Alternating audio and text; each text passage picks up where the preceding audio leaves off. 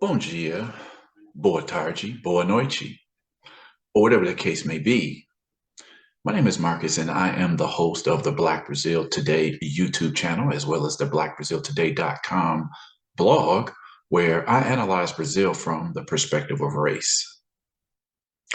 So tonight I wanted to talk a little bit about a huge event that goes down every 4 years.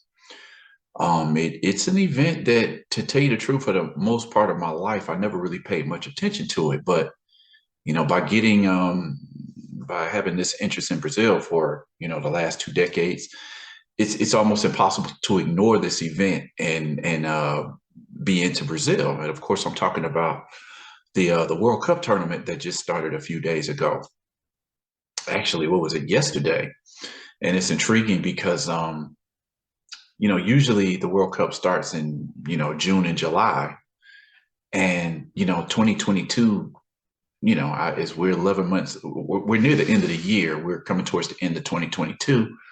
And as I've been back in the United States for, a little over a year now, it only occurred to me like a couple of months ago that, wow, why is 2022 is, the last cup was in 2018. And I'm trying to figure out, well, why is it that there was no World Cup this year? Now, we know that, a lot of events were either canceled or rescheduled, in these last few years because of the whole COVID pandemic. But I thought about it and I'm like, well, that can't be the reason this year. So I just wondered what was going on. It's intriguing because November is considered the month of Black consciousness in Brazil. And I'm like, wow, how about that? The sport that's the biggest in the country, football, or what Americans call soccer, it's a national passion. Sometimes I believe soccer is more popular in Brazil than all three of the major American sports in the United States: basketball, baseball, and football. It's part of the Brazilian DNA. It's like you can't get around it. All the years that I lived there, and even the years that I was just hanging out or visiting, you just couldn't get around it.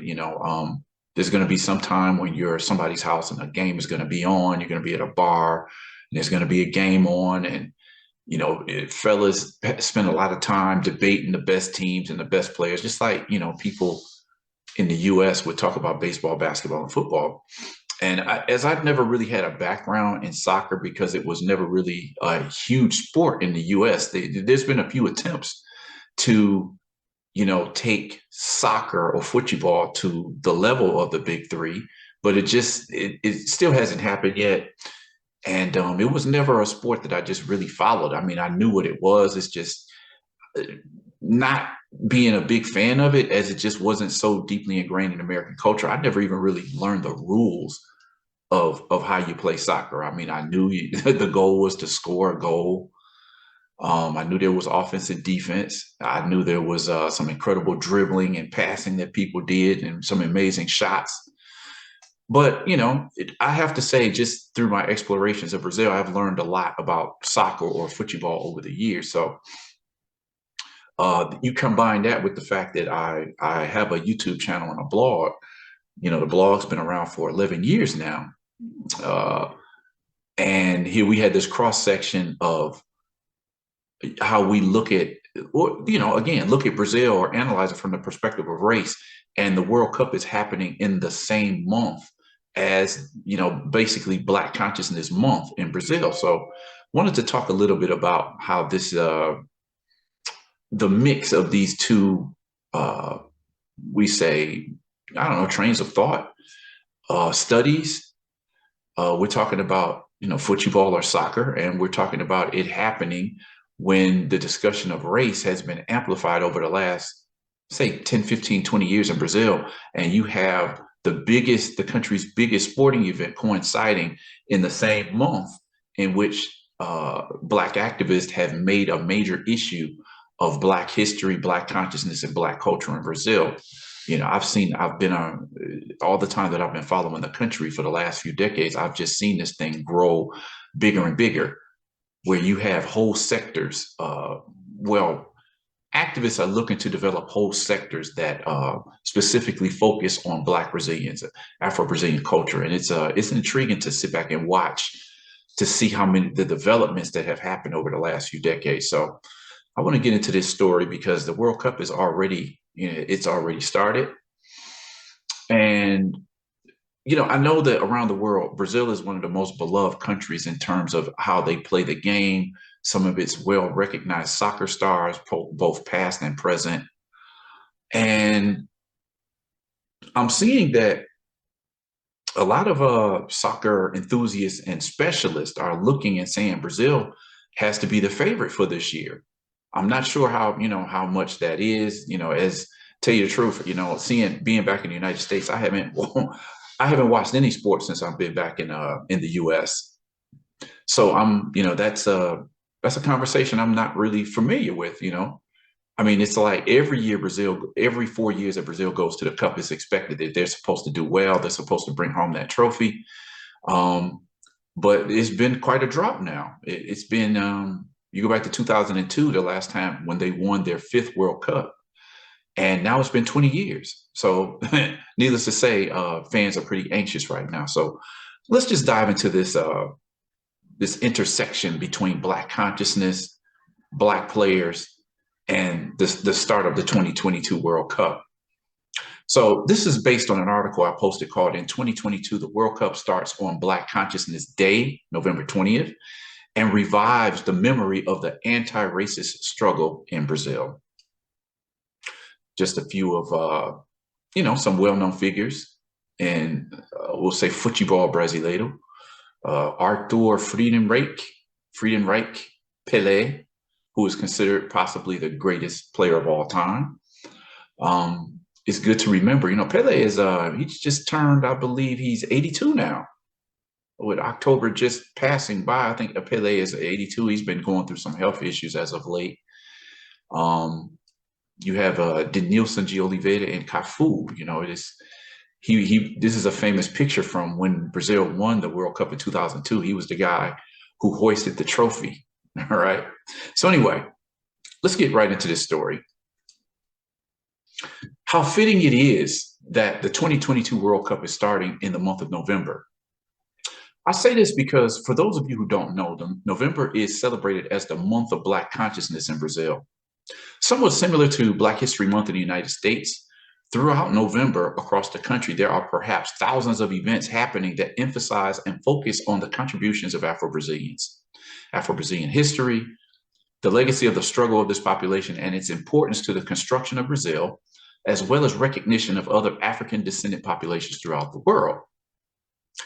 In my own experiences with Brazil, after having spent the first 7 years of my travel back and forth to Brazil in the northeastern state of Bahia, in 2008, I spent nearly a month in the southeastern city and state of Sao Paulo, the country's largest city and the economic engine of the country.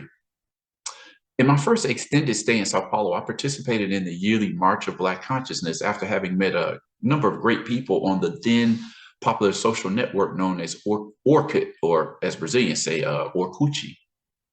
This is a picture of the Troféu Raça Negra Awards from 2016. Continuing, during that trip in November of 2008, I saw all sorts of seminars, presentations, cultural events, as well as the yearly Troféu Raça Negra award ceremony. Again, that right there. It's a sort of Brazilian essence NAACP Image Awards type ceremony that recognize the achievements of Afro-Brazilians or those who made some sort of contribution to the struggle. My immersion in Brazil would also introduce me to the sport that is a national passion in the country, soccer, or futebol as it's called in Brazil. Mind you, it's not that I wasn't familiar with the sport. It was simply never a sport that I followed, as in the US, the big 3 sports were and continue to be American football, basketball, and baseball. I must say, in this case, American football, or futebol americano, as Brazilians call it, because outside of US borders, what we call soccer is known as football. Being introduced to the world of futebol, I came to learn that Afro-Brazilians were some of the greatest stars of the sport in Brazil. How fitting it was that just 2 years after I started to explore all things Brazilian, The 2002 World Cup would see Brazil win its fifth World Cup title, the only nation in the world to win that many. It was that year that I became aware of superstars such as Ronaldo, this is Ronaldo, Rivaldo, and Ronaldinho, all players who would win the FIFA Football Player of the Year in the late 90s and early 2000s. Even having visited Brazil for about 40 weeks between 2000 and 2012 and having lived there for 9 years, I still can't claim to be a big soccer fan. Although living there and being surrounded by soccer fans, I watched more there than I had in than all the years I lived in the United States. As my blog and now YouTube channel have been focused on analyzing Brazil from the perspective of race, the history of the Black Brazilian athlete on the soccer field was far more intriguing than what actually happened on the field. For me anyway. Having learned from the very beginning that Brazil indeed had a racial problem, it was long before I discovered the discrimination that Black players faced in the country. Direct exclusion, the necessity of wearing white rice powder on the face to hide one's Blackness, the stigma of having Black goalies, and the near invisibility of Black coaches in Division A Brazilian soccer leagues are just a few of the discriminatory practices I discovered along the way. With this in mind, how fitting it is that the 2022 World Cup should begin on November 20th, the day of Black consciousness in Brazil.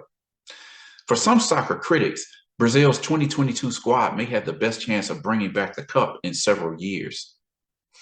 This year's team is loaded with talented players who are earning big money in European leagues. This year also represents 20 years since Brazil has raised the cup in victory, the second longest drought since the period between 1970 and 1994, the latter year being the one that Brazil won in the Rose Bowl in the United States. So this is a picture of the Brazilian team hoisting the cup in the 1994 World Cup that was played in the United States. Like I said, I've spoken on this before. I remember 1994 for sporting events. Just like a month before, the Houston Rockets had won the first of its 2 straight titles in the NBA Finals against the New York Knicks. I remember, I think it was earlier in the year, the Dallas Cowboys beat the Buffalo Bills for the second year in a row. And I think it might have been in June or so around that time with the famous O.J. Simpson Ford Bronco chase. So I clearly remember 1994, but as I wasn't a soccer fan, I remember, sporting news reports talking about, the World Cup, but at the time, I just didn't have any interest in it because I simply didn't follow soccer. I just wonder how many people in the U.S. even remember Brazil winning that World Cup on U.S. soil in 1994. So will this be the year that Brazil brings home an unprecedented 6th World Cup title? Of course, only time will reveal. For now, let's understand more about the connection between this year's World Cup and the day and month of Black consciousness in Brazil.